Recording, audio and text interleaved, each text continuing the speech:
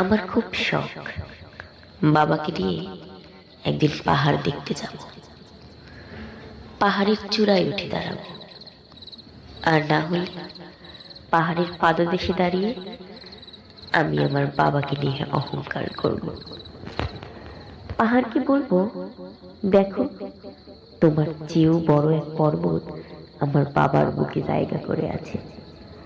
নিজের সমস্ত শক্তি নিয়ে সেদিন চিৎকার করে বলবো, দেখো কিভাবে একটা মানুষ বুকে পৃথিবী সময়ের ভার নিয়ে ক্লান্তিহীন হেঁটে চলেছে জীবনের উপর।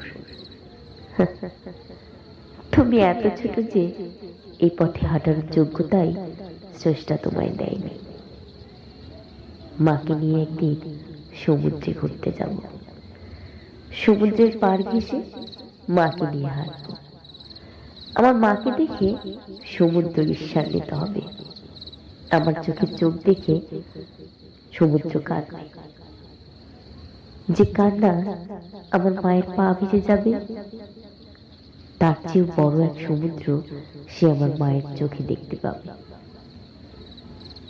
সে তার শোক প্রতিটি ঢেউয়ে আসছে পড়বে তীরে।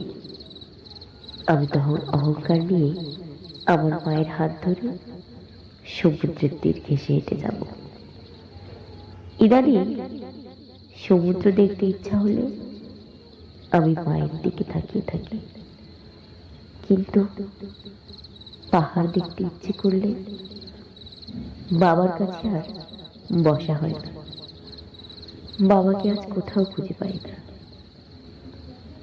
আমার পাহাড় যেন বাবার সাথে হারিয়ে গেছে।